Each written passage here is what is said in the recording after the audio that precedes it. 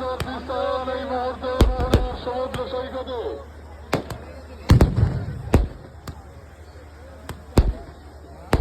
অত্যন্ত সুন্দর বিস্তার এই মুহূর্তে মোহনার সমুদ্র সৈকতে।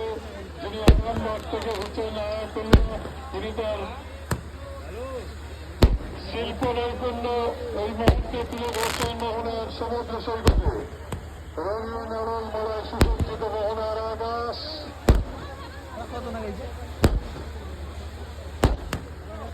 নারায়ণ সুদর্শন চক্র,